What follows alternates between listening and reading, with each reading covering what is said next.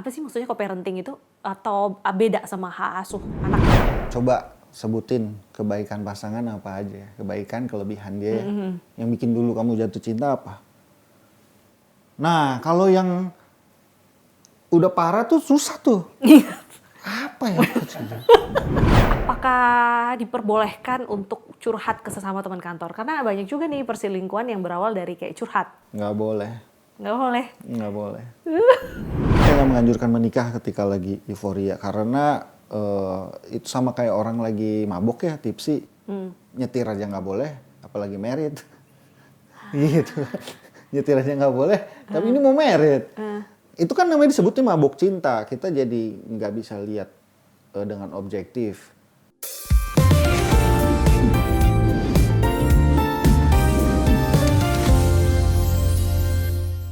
Halo, welcome back to Perspective bareng gue Bernadetta Ginting. Dan hari ini di studio Perspective sudah hadir Coach K, Dating and Relationship Coach. Apa kabar Coach K? Aku milih Coach K aja. Iya boleh, thank you banget Deta udah diundang nih ke sini nih. Oke, Coach, Nice to be here. Nah, thank you so much. Ini udah berapa lama jadi Dating and Relationship Coach? Udah lama banget, udah 18 tahun, 19 tahun ya. 19 tahun, tapi Iya. itu khusus dating atau mungkin kayak permasalahan-permasalahan psikologi seperti itu? Awalnya startnya dating, orang yang pengen punya pacar, dia single, terus nggak ngerti caranya dapat pacar, dapat jodoh gitu. Itu datang ke saya ajarin caranya. Ya misalnya penampilan dia kurang bagus, cara ngomong dia misalnya kurang enak ya kan. Atau chatnya misalnya terlalu mengejar gitu. Agresif. Saya ajarin tuh, ya terlalu agresif. Saya Coach, ajarin. ada yang langsung dari nyender. Langsung ada yang butuh nih. Langsung butuh.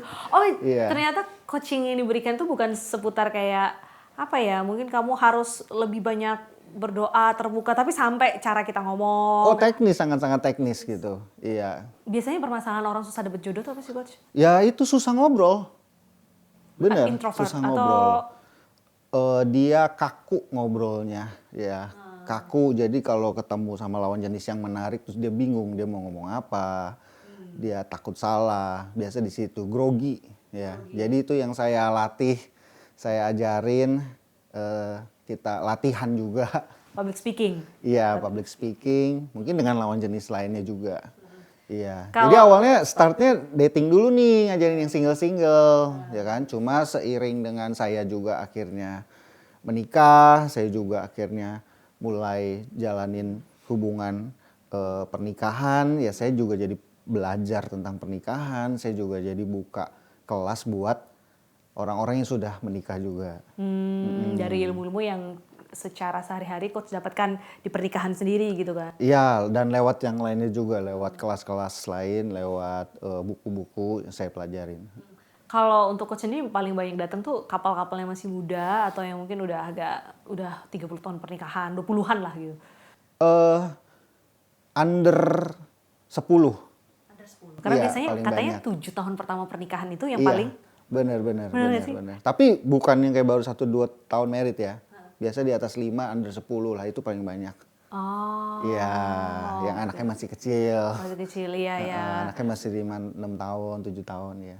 Menarik sih, sekarang itu kalau kita lihat ini berkaca dari sosial media itu kan banyak Iya. sekali public figure tuh yang ibaratnya bercerai kayak gitu kan. Faktornya banyak lah, ada yang mereka tutup-tutupin, mungkin masalah finansial, ada yang mungkin juga cheating dan segala macam. Tapi kalau dari pengalaman Coach dengan klien itu biasanya apa sih yang bikin rumah tangga itu gagal? Karena kalau sudah tidak cinta lagi, ya pasti banyak cara lah supaya kita mencintai pasangan kita sehari-hari. Beda prinsip, beda pandangan, beda visi-visi, I think pertama kali ketemu harusnya kan udah diobrolin gitu kan. Apa sih Coach yang biasanya bikin gagal?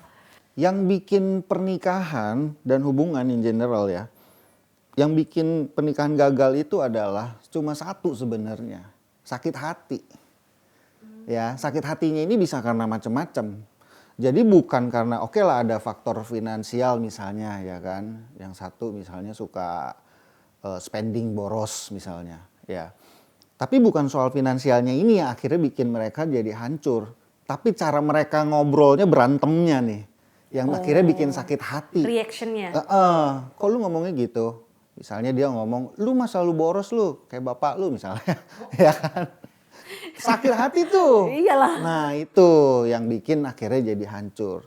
Tapi kalau masalah apapun, ya bahkan perselingkuhan sekalipun, kalau bisa ngobrolnya dengan baik, duduk gitu, sorry ya gitu.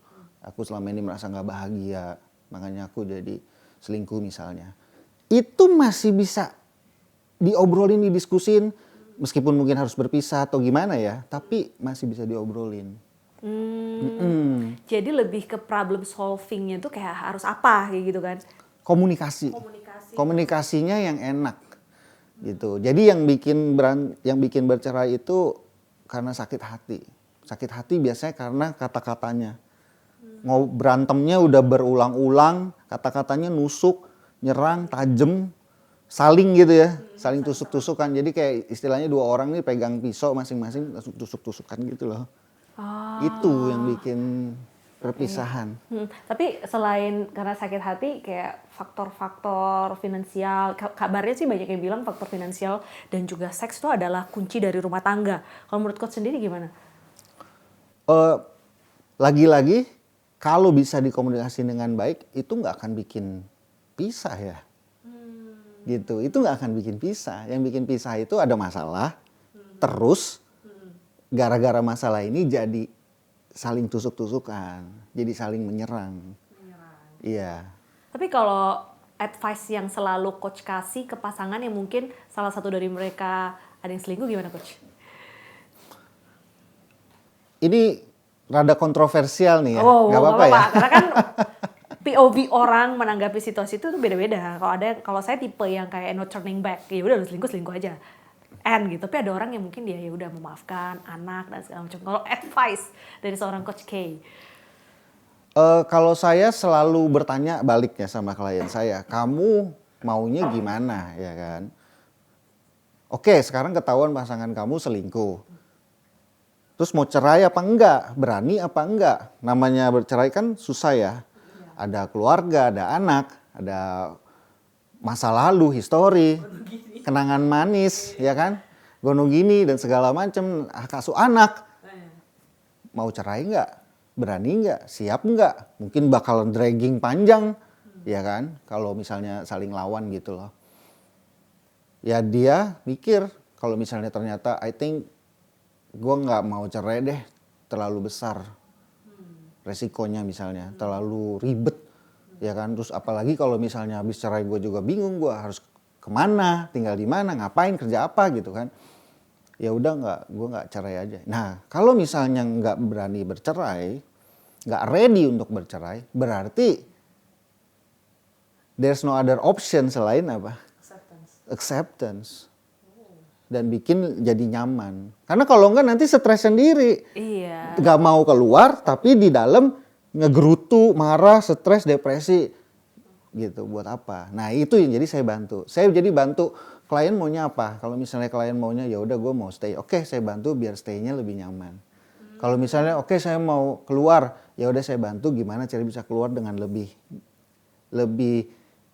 nggak ada perceraian yang baik-baik ya, tapi lebih mulus. Jadi nggak berantem lah, nggak perang. Ya.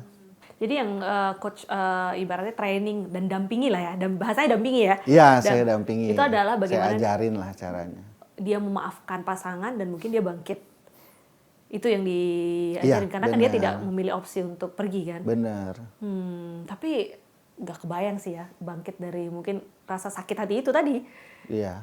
Banyak Bisa. yang gagal juga pasti. Butuh waktu tapi bisa sih kalau emang beneran niat daripada stres ya. Kembali ke pilihan masing-masing. Iya, daripada stres. Oke. Nah kalau tadi menarik bahwa coach bilang tidak ada perceraian yang baik-baik.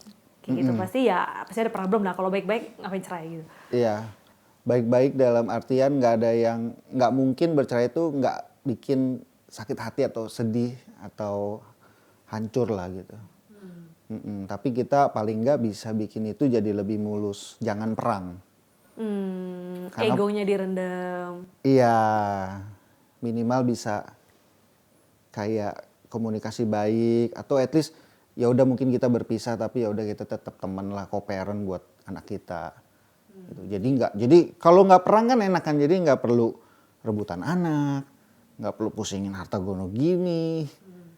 Ya udah kita pisah aja, tanda tangan surat, udah yuyu mimi kita sama-sama happy. Tapi kita tetap kerja sama bareng buat gedein anak kita. Gitu. Lagi ngetren juga beberapa artis yang sudah bercerai itu dia pakai istilah co-parenting. Iya. Itu apa sih maksudnya co-parenting itu? Atau beda sama hak asuh anak gitu? Kalau anak kesana kan hak asuh anak kan anaknya sama kita. Contoh kalau kita sisi kita yang menang. Nah kalau co-parenting bedanya? Kalau hak asuh anak itu kan posisi legal kan. Jadi hak asuh anak mungkin memang sama istri. Tapi suami punya hak penuh untuk ngajak anaknya pergi, untuk ngajak nginep apa segala macam gitu. Tapi co-parenting itu adalah kayak kita sepakat nih. Kalau urusan anak kita bareng ya. Gitu. Kita kerja sama bareng. Kita tetap menjadi orang tua dia. Gitu loh. Jadi tetap ngurusin anak bareng. Tapi secara legal tetap di salah satu pasti ya? Iya. Oh, itu hanya istilah berarti? Iya, itu hanya istilah kesepakatan aja di antara kita. Oh, istilah zaman now Iya, gitu. benar, Tapi tetap harus co-parenting. pihak pengadilan menjatuhkan hak asuh anaknya kepada siapa ya? Iya. Permasalahan yang sering kerap terjadi dalam ketika bercerai lalu hak asuh anak tuh apa, coach, yang sering ditemui di klien-klien? Apakah mungkin ketika udah punya pasangan masing-masing akhirnya udah beda cara mendidik anaknya atau melihat masalahnya gimana biasanya, coach? Kalau yang udah Bercerai nih. bercerai, biasanya itu tergantung ya, biasanya tergantung. Kalau misalnya memang saling sayang sama anaknya, caring banget, biasanya tetap baik sih hubungannya. Ya, justru malah anaknya malah lebih lega gitu loh ngelihat papa mamanya nggak berantem lagi. Iya, anaknya lebih apa ya, ibaratnya secara mental Lebih baik-baik aja, lebih tenang tenang, gitu. lebih tenang. Ada beberapa pasangan artis yang sudah bercerai dan ini selalu menjadi role model ya, atau mungkin patokan bahwa bercerai itu tidak selalu berdampak sangat buruk terhadap anak. Kalau kita lihat ada Gading Giselle, juga ada Marshanda dan Ben Kasyafani, ya kalau nggak salah. Nah itu mereka kan sangat kompak tuh mengasihi anaknya, membesarkannya Nah, itu anaknya. ya co-parenting ya. Oh itu co-parenting. Tapi ada juga yang berantem sampai anaknya besar. Nah fenomena ini biasanya coach ngeliatnya gimana nih? Fenomena artis yang ada yang cerai baik-baik, ada yang enggak gitu. Cerai baik-baik atau cerai enggak, balik lagi ke komunikasinya sih. Jadi yang bisa cerai dengan baik akhirnya tetap berteman ya kan, untuk ngurus anak bareng-bareng.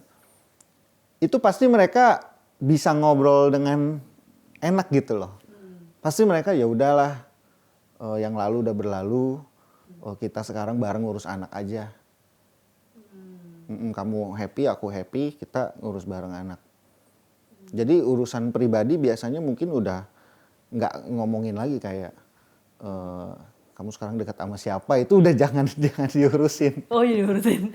Jadi Urusin anak aja udah. oh Jadi temen aja kita, partner aja. Iya. tapi yang udah-udah apakah ketika udah bercerai lalu ngurus anak, riak-riak cinta itu benar-benar udah hilang ya? Kalau udah sama-sama move on dan apalagi udah dapet pasangan baru ya, beneran bisa jadi temen aja kok. Bisa. Oke. Itu udah fase yang lebih jauh lah ibaratnya kalau di tahap itu kan. Bener. Nah, sekarang itu kalau kita lihat public figure tuh kan masih kayak menjadi role model lah ya buat publik. Tuh banyak publik yang Benar. mungkin mengidolakan pasangan ini dan dreaming of kayak one day gue mau punya pasangan yang seperti pasangan ini gitu, pernikahan gue seperti pasangan ini. Di sosial media juga kadang public figure tuh manis, romantis, tapi Ngepost ini terus, iya, mesra terus, mesra romantis terus ya. tapi Iya. tiba-tiba dar bercerai. Nah itu gimana coach ngelihatnya fenomena itu? Sebenarnya bukan cuma artis aja ya. Sebenarnya bukan cuma artis aja. Jadi karena saya udah handle banyak banget klien, jadi saya ngerti banget, saya tahu banget lah yang datang ke saya nangis-nangis, tapi di Instagramnya semua Masih happy gandengan. ya kan, di Instagram happy, traveling kemana ke luar negeri apa, kayak yang mesra banget. Tapi kalau datang konsul ke saya malah berantem di depan saya gitu kan, sampai harus dipisahin, gitu kan. Di sini nggak boleh berantem ya, gitu. Gitu. Jadi memang apa yang ditampilin di sosial media itu kan cuma yang bagus-bagusnya aja. Pasti di balik itu ada masalah. Semua hubungan pasti punya masalah gitu. Cuma bedanya ya kalau selebriti itu dia disorot banyak orang ya. Jadi lebih kelihatan gitu. Jadi orang lebih kaget. Apalagi ada yang sebutannya namanya parasocial relationship. Itu adalah hubungan satu arah antara public figure sama fansnya. Jadi fansnya tuh merasa deket sama public figure Padahal itu. nggak pernah ketemu ya? Padahal nggak pernah ketemu. Tapi kayak dia merasa deket, dia merasa kenal, dia merasa kalau pujaannya itu happy, idolanya itu happy, dia ikut happy. Kalau idolanya stres, dia ikut stres gitu loh. Ya, jadi begitu tadinya happy, terus tahu-tahu cerai, ikut ini juga tuh. Ngamuk. Ikutan ngamuk juga, ikutan stres juga dia. Ikutan kaget juga. Tuh ada ya fenomena itu ya? Iya ada. Itu udah fanatik atau apa ya? Iya kurang lebih lah kayak fans-fansnya BTS. Aduh. Ini iya sih, mungkin banyak orang yang suka mungkin dengan gayanya atau apa gitu kan, tiba-tiba bercerai. Tapi dengan banyaknya kasus kawin cerai ini, apakah ada dampaknya kepada publik yang tadi dia akhirnya mengidolakan nih, pasangan A ini romantis, manis, green flag banget nih suaminya, tapi ternyata bercerai. Nah itu dampaknya ke publik ada nggak sih? Atau jadinya dia kayak menormalisasi, public figure gue juga bercerai, berarti one day gue kalau ada masalah boleh dong gitu. Ada, tentu pasti ada ya. Jadi kalau kita lihat idola kita aja bercerai, ya kita juga jadi lebih mudah lah untuk menormalisasi bercerai gitu loh. Tapi menurut saya efeknya itu nggak signifikan. Ya. Jadi kita harus lihat kayak lebih luas lagi nih secara culture sosial gitu. Karena memang Indonesia ini makin lama tingkat perceraiannya makin naik. 10 tahun lalu ya sekitar 15%, sekarang udah 30%. Dan kadang belum cerai aja dia udah klarifikasi on the way cerai gitu. Bener. Nah, itu gimana tuh? Jadi maksud saya Indonesia aja secara umum aja udah 30% yang bercerai kan. Jadi meskipun dia nggak mengidolakan artis yang bercerai, tetap aja dia lihat di sekitar dia. Ini orang biasa nih misalnya nih ya, anak perempuan misalnya nih remaja gitu misalnya. Tapi dia lihat sekitar dia kok tantenya bercerai, kok temennya mamanya bercerai, kok siapa bercerai, itu yang lebih Akhirnya menormalisasi. Karena memang secara umum, secara global, secara masyarakat pun kita emang tingkat perceraiannya naik. Oke, nggak usah artis, mungkin kita sehari-hari sering banget nih ngepost tentang pasangan kita, romantisnya gimana segala macam, akhirnya kan mendapatkan sorotan publik tuh. Nah, sorotan-sorotan ini apakah juga mempengaruhi kualitas sebuah hubungan? Bukan sorotannya mempengaruhi, tapi itu nomor 2. Nomor 1-nya adalah kitanya nih. Kitanya yang ngepost banyak-banyak. Ya, jadi ada studinya nih. Kalau orang yang suka ngepost banyak-banyak nih soal relationship dia yang happy, ya kemungkinan dia itu insecure dan butuh validasi eksternal. Gitu. Jadi kayak gue ngepost tuh kayak, nih lihat nih hubungan gue happy loh. Padahal sebenarnya nggak se-happy itu. Iya. Ya, baru yang kedua dari luar mungkin misalnya ada yang likes dan apa segala macam itu mempengaruhi. Tapi dari si orangnya dulu, dari si posternya dulu, si tukang ngepostnya dulu tuh. Dikit-dikit di post, Nah, mungkin dikit-dikit di post. percakapan di capture kayak gitu kan. Ada kok studinya kok, ini mah udah banyak banget studinya. Ya, jadi pasangan yang ngepost sering itu lebih nggak happy daripada yang jarang ngepost. ada getarnya kenceng banget. Lu tipikal yang ngepost sering. Tapi ada juga. Dia kenal kayaknya, kenal orang ya, dia langsung ingat, Siapa oh ini? tuh. Oh di Situ. sekitar. Tapi ada juga yang baru-baru ini rame banget nih kasus inisialnya IR. Nah dengan lawannya itu tidak, si korban yang diselingkuh ini tidak pernah dipost oleh suaminya. Jadi si suaminya ini kayak terkesan single aja. Tapi diselingkuhin juga gitu. Nah ngepost kebanyakan salah, nggak ngepost mungkin banyak yang mendekati, atau mungkin dia jadi bisa berbohong. Nah itu gimana tuh? Kalau ngepost sendiri ya, ngepost sendiri kalau banyak ngepost kan juga sama. Nggak ngepost sama sekali, bahaya juga. Kalau nggak ngepost sama sekali, lebih bagus nggak ngepost sih. Oh gitu? Iya, berarti kan dia hidupnya nggak berputar di sekitar sosial media ya. I see. Iya, bener. Oke, tapi ini generalisasi aja Generalisasi, ya. Gitu, oke. Kecenderungan aja, bisa aja orang nggak ngepost tapi di belakangnya nge-DM-in Iya, itu cewek-cewek kan tadi. bisa juga. Kalau terlalu banyak ngepost kan mungkin ada sebuah validasi. Iya, yang dia kalau kayak terlalu cari. banyak ngepost ya berarti kan dia suka perhatian. Suka dipuja-puja Suka gitu. dipuji, suka kalau video dia di likes kan dia seneng. Gitu. Seneng, tapi kalau nggak ngepost sama sekali, itu ya either dia adalah orang yang memang stay private, atau sebenarnya dibalik itu dia memang ada yang diincer.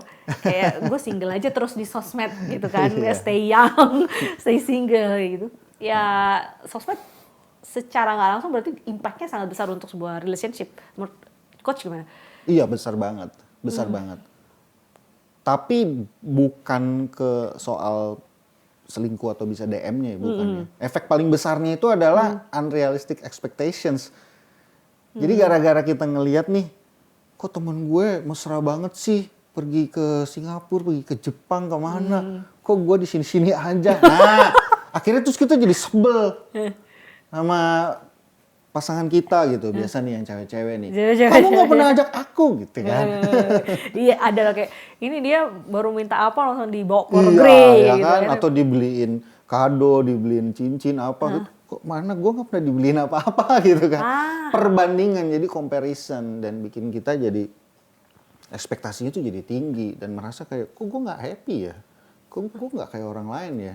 Nah itu bikin stres. Itu yang akhirnya membuat kualitas hubungan tuh menurun. Dan dia jadi sering komplain, dia jadi marah. Tapi mungkin ada occasioners di sini yang nonton yang mengalami gitu. Iya sih, mungkin karena gue terlalu melihat temen gue, dia sangat disayang-sayang sama suaminya, akhirnya dia membandingkan dengan pasangannya. Advice-nya apa dok? Apa jangan banyak-banyak main sosmed atau banyak-banyak bersyukur? Banyak-banyak bersyukur, benar banyak-banyak bersyukur. Saya ada satu teknik, ya ini powerful banget. Saya ajarin nih, kalau suka berantem sama pasangan ya, tekniknya adalah ingat-ingat kebaikan pasangan. Oke, biasanya kalau yang datang sama saya nih, udah sebel gitu kan bawaannya, saya tanyain nih, coba sebutin kebaikan pasangan apa aja, kebaikan kelebihan dia, yang bikin dulu kamu jatuh cinta apa. Nah, kalau yang udah parah tuh susah tuh. Apa ya? Ya dia tanggung jawab sih nafkahin aku misalnya. Terus apa lagi gitu, susah. Nah, harus digali terus. Ayo, apalagi dulu kenapa? Karena kalau kita udah terlalu negatif, ya makanya jadi sebel. Makanya jadi gampang marah. Makanya harus dipancing lagi, digali recall lagi. Ayo tulis. Nah, nanti udah ketemu ya. Oke, dulu dia perhatian, dia pernah beliin aku kado, ya kan. Dia sebenarnya orangnya baik, tanggung jawab, sayang sama keluarga aku. Oke. Nah, itu sering-sering diinget. Sering-sering, misalnya lagi di mobil, lagi di Grab, di jalan, di mana segala macam, lu sering-sering inget. Pasti langsung sebelnya hilang deh. Sebelnya reda. Nah, jadi bersyukur. Bersyukur dibanyak-banyakin, terus mengingat-ingat memori-memori gitu. Tapi ngaruh juga nggak relationship itu dengan bidang yang kita kerjakan, apa industri di mana kita bekerja? Kayak mungkin entertainment kan banyak pria yang tampan, cewek yang cantik, atau mungkin dia bekerja LDR, Itu kayak gimana itu? Ngaruh nggak? Ngaruh. Sangat-sangat ngaruh. Jadi ini ada studinya bahwa pekerjaan yang stresornya besar, Stresor tuh stresor gimana? itu adalah hal-hal yang bikin stres. Oh, Ya, yang stresornya besar seperti public figure atau yang harus disebutnya emotional labor. Emotional labor itu adalah yang harus tetap nice meskipun capek, stres, ya kan? Oke. Kayak misalnya artis, pramugari kan harus pramugari, politisi, Iya betul. bahkan termasuk customer service loh. Iya Dia kan sih. harus, padahal dimarah-marahin tapi harus smile terus, itu stres. Sales. Iya, Harus selalu senyum sales itu. itu rentan stres. Ya kan? Apa artis yang harus selalu perfect, harus selalu senyum, harus selalu kayak apa? Menunjukkan hal yang baik dan kontradiksi sama isi hatinya, itu bikin stres. Nah, untuk orang-orang yang berada di lingkup itu, gimana caranya mereka untuk kayak apa ya? Memisahkan berarti ya, di stres di kantor supaya nggak kebawa ke rumah. Kadang mungkin kita udah capek di kerja, ngeliat pasangan kita sesimpel naruh handuk tidak pada tempatnya, itu bisa jadi perang dunia ke-10. Wah. Nah itu advice coach gimana? Advice saya, yang pertama kan harus aware dulu. Harus aware dulu, aku nih stres karena pekerjaan misalnya. Bukan benci sama pasangan. Pasangan bukan musuh. Berarti aku yang harus belajar meregulasi emosi. Gitu. Berarti harus belajar caranya supaya tenang, supaya kalem. Jadi begitu sampai rumah itu dia lebih netral. Jadi nggak bawa emosi buruknya ke rumah, ya kan? Misalnya ya bisa latihan meditasi 10 menit aja misalnya, 5 menit aja sebelum pulang gitu kan. Di kantor. Iya bener, di jalan, di mobil. Oke. Kan bisa kalem. Dia dengerin lagu yang kalem. Gitu. Banyak halnya, banyak macam-macamnya gitu. Mungkin sembayang, doa gitu kan. Bersyukur dulu. Jadi dirilis dulu tuh semua emosi negatifnya tuh. Jadi begitu ketemu pasangan, senyum, bukannya cemberut. Oke. Kalau cemberut mah si pasangannya juga langsung ngeliatnya juga udah males. Baru pulang mukanya asem. Ditungguin seharian pulang-pulang ngamuk-ngamuk. Iya. Oke. Nah, kadang itu tadi mungkin dia kesel di kantor, dimarahin bosnya dan segala macam. Apakah diperbolehkan untuk curhat ke sesama teman kantor? Karena banyak juga nih perselingkuhan yang berawal dari kayak curhat. Nggak boleh. Nggak boleh. Nggak boleh. Nggak Gimana? boleh curhat ke lawan jenis. Tuh, dengerin. Karena itu menjadi celah ya. Iya. Iya. Apalagi kalau kita spend waktu lebih banyak di kantor daripada di rumah kan ya. Masih, kan Iya. 9 jam kerja kan pasti kan. Bener. Apalagi kalau Jakarta udah tua di jalan dulu. Jangan gitu. Bahkan sebenarnya ke yang sama-sama perempuan gitu, sama-sama laki-laki juga jangan sih. Sebaiknya jangan. Loh kenapa? Bukannya sesama jenis lebih aman? Karena kalau kita curhat tentang pasangan kita malah jadi bikin tambah sebel. Kan kita jadi ceritain kejelekan dia kan. Kemarin dia beginiin gue, masa dia begini sih, nggak minta maaf lagi. Kita jadi tambah sebel. Gitu. Itu efek buat kitanya. Ya, efek buat temennya, ya temennya jadi nggak respect sama pasangan kita lah. Nggak support gitu. Nggak support. Biasanya ini kerap terjadi mungkin di era-era pacaran. Gitu. Kadang kita curhat sama teman kita malah jadi nggak seneng sama pasangan kita. Iya. Udah ngapain sih lu sama dia gitu ya. Iya. Tapi kalau di rumah tangga pun juga dianjurkan untuk curhat apapun itu ke pasangan. Kalau curhat tentang pasangannya ya jangan ke orang lain sih. Iya, ke saya lah kalau mau. Asik. Tapi kalau curhat soal kerjaan ke lawan jenis, apapun itu teman kantor itu juga tidak dianjurkan. Jangan sih, kalau yang pakai curhat-curhat jangan. Pokoknya ya pakai Namanya curahan hati itu loh. Pakai hati berarti. Ya sih. kalau ngobrol ya boleh. Iya, gue kesel ya sama si bos A Iya. itu gak apa-apa. Tapi kalau sengaja, gue pengen ketemu sambil ngopi, gue mau curhat itu yang Lebih baik dihindari ya? Ya misalnya curhat kayak bukan cuma kerjaan detil saat itu, tapi misalnya gue bingung ya hidup gue mau gimana gitu. Oh itu malah. Kerjaan gue begini aja gitu. Kok kayaknya masa depan gue nggak sesuai yang gue impikan. Wah itu mendalam itu. Jangan dong. Apalagi kalau yang kita curhatin udah punya bibit-bibit juga ya. Iya. Ditangkap lah umpannya ya. Bener. Apalagi udah punya, yang satu belum nikah, yang satu udah nikah. Terus ada rasa yang mungkin pernah tertinggal. Kompleks sih kalau ngomongin relationship itu ya. Faktornya nggak cuman apa ya, internal. Bener. Tapi juga eksternal itu perlu di maintain. Bener. Iya. Makanya kayak tadi banyak artis dan selebriti yang bercerai, ya kan, kawin cerai. Itu bukan berarti orangnya nggak baik atau orangnya jahat gitu loh, bukan. Tapi karena memang lingkungan, kondisinya, ya sebagai artis, sebagai public figure itu memang stresornya besar. Ya harus terlihat perfect, banyak komentar netizen, ya terus juga jam kerjanya nggak teratur mungkin, ya. Oke, ngomongin sorotan dan juga euforia gitu. Kadang kan kita memutuskan menikah tuh kan pasti di fase kita emang lagi cinta-cintanya, kayak gitu. Nah itu sebenarnya fase itu tepatkah kita memutuskan untuk oke, menikah atau tunggu dulu deh, apa harus berantem dulu atau gimana? Bener, harus berantem dulu. Oh, tapi kalau orangnya terlalu baik di awal kan nggak dipancing-pancing, nggak berantem. Ya makanya agak lama dulu. Ya, saya nggak menganjurkan pacaran pas lagi euforia. Menikah pas euforia maksudnya? Iya, oh iya, saya nggak menganjurkan menikah ketika lagi euforia karena itu sama kayak orang lagi mabok ya, tipsi, nyetir aja nggak boleh, apalagi married, gitu. Nyetir aja nggak boleh, tapi ini mau married. Itu kan namanya disebutnya mabok cinta. Kita jadi nggak bisa lihat dengan objektif bahwa dia mungkin ada sifat buruk.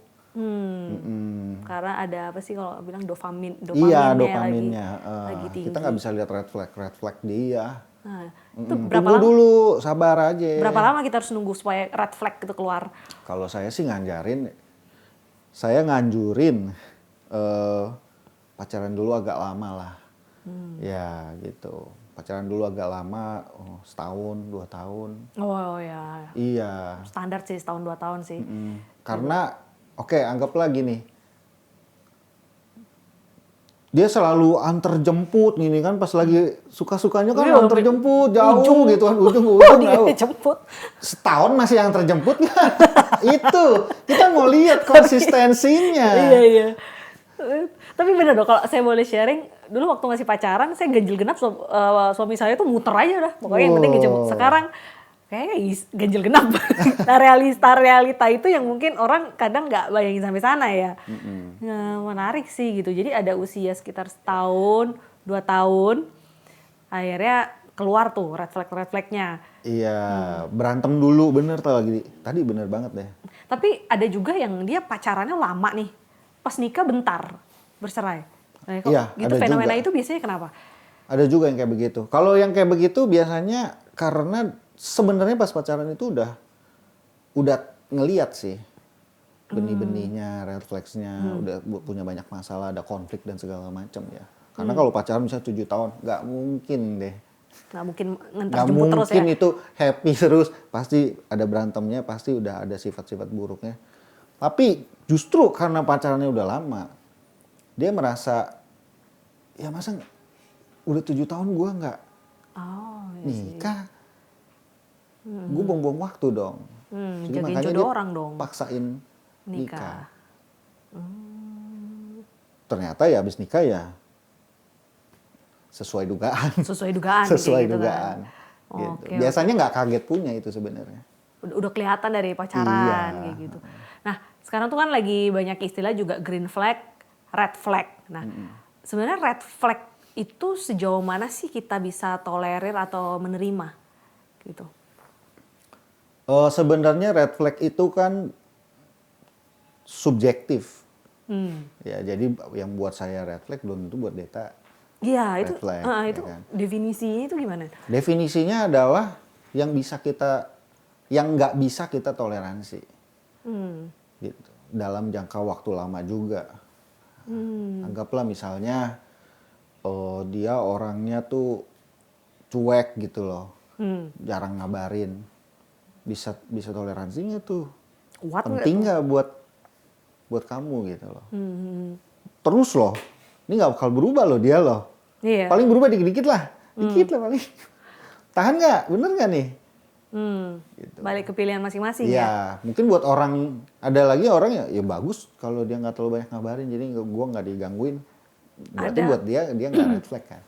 Oke, jadi seberapa kuat kita menghadapi. Tapi kalau dari pacaran udah kayak mungkin suka mukul kayak gitu, Itu bukan, ngomongnya tinggi, itu udah bukan red flag lagi, itu udah black, udah apa? udah black flag gitu. Bendera hitam udah. Udah nggak usah dicoba-coba lagi. Iya. Kalau pasangan beda agama itu kategorinya apa? Red flag atau apa? Itu mah balik lagi ke ininya ya, individunya ya. Karena kan ada juga yang memang nggak terlalu, maksudnya beda agama iya, tapi juga nggak terlalu mengganggu gitu. Ya udah kita masing-masing aja ya udah. Jadi balik lagi ke pasangan itu komprominya kayak gimana?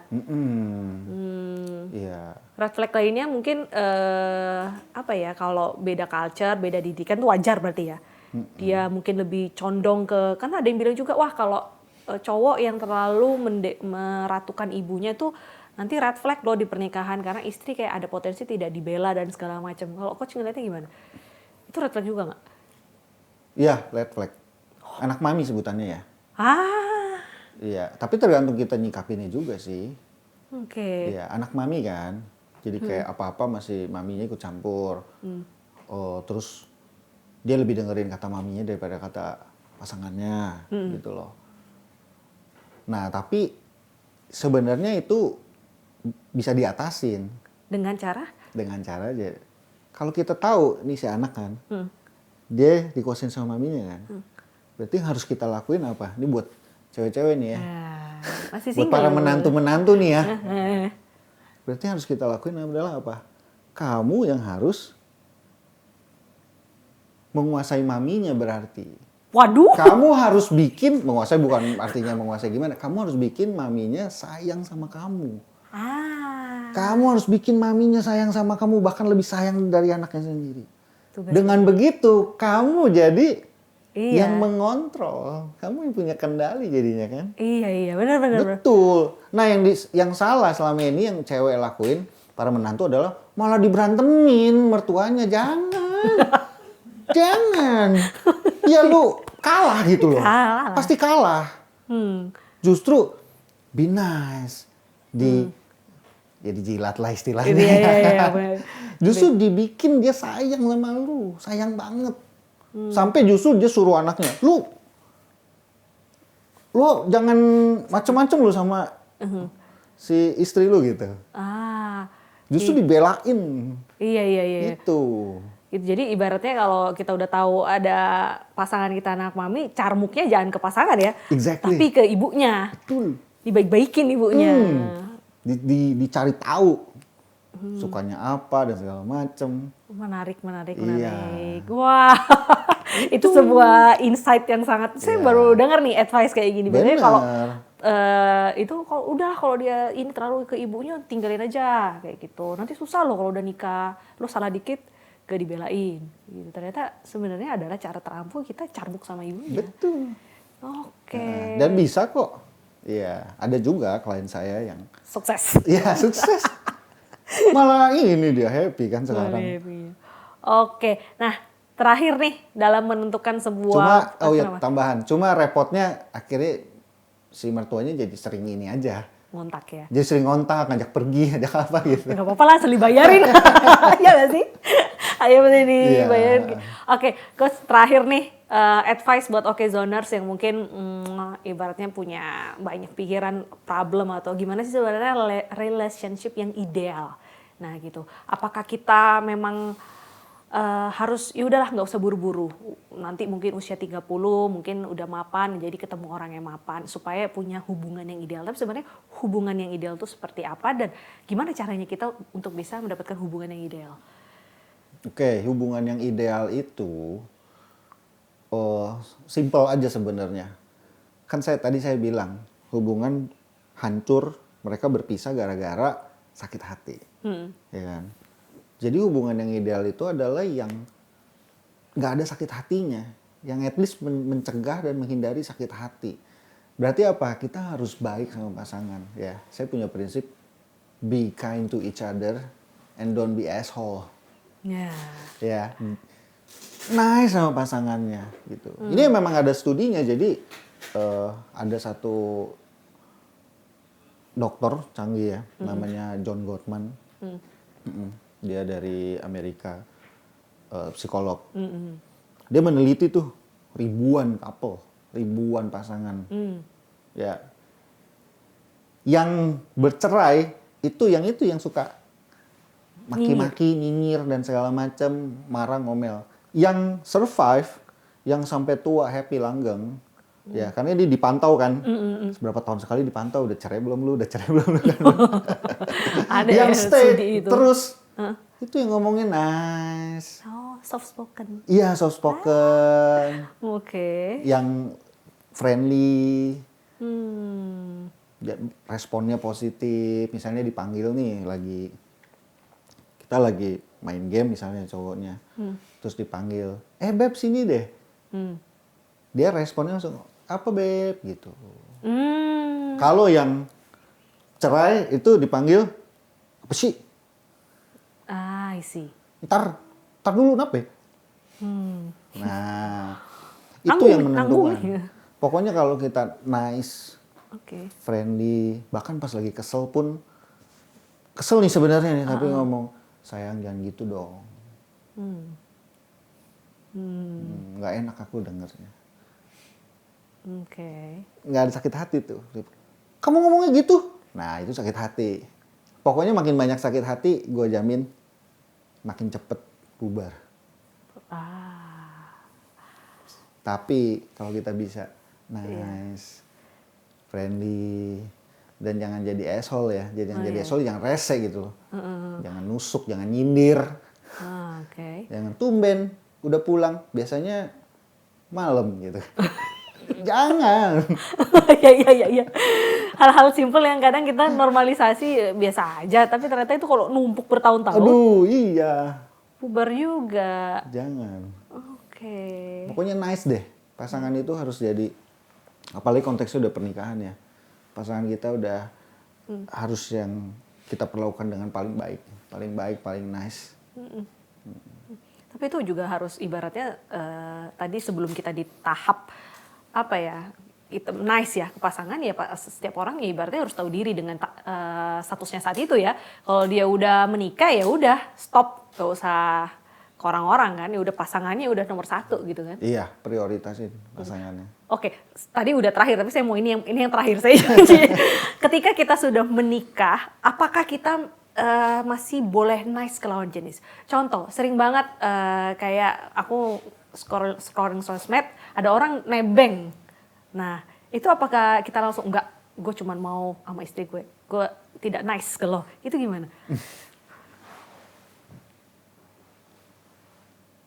I think nggak bisa dibilang boleh nggak boleh, ya. Kita sebagai orang ngerti sebenarnya, ya. Kita yang paling ngerti lah diri kita sendiri. Oke, jadi kalau misalnya kayak saya temenan sama Deta gitu kan, emang kita temenan ya nggak masalah, gue nebeng gitu.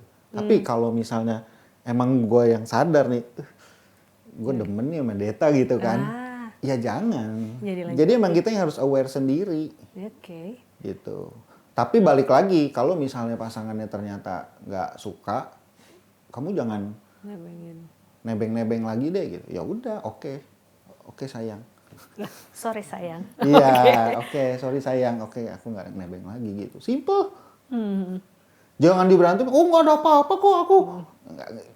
Malah makin didebat, makin dia. Berarti lo ada apa-apa gitu loh. Iya, panik. Iya, kenapa lu segitu nggak maunya nurutin permintaan gua? Kenapa lu tetap ngotot pengen nebeng gitu kan? Iya, tinggal bilang aja, oke sayang, aku nggak nebeng lagi, sorry ya, bikin kamu nggak nyaman. Oke, menarik.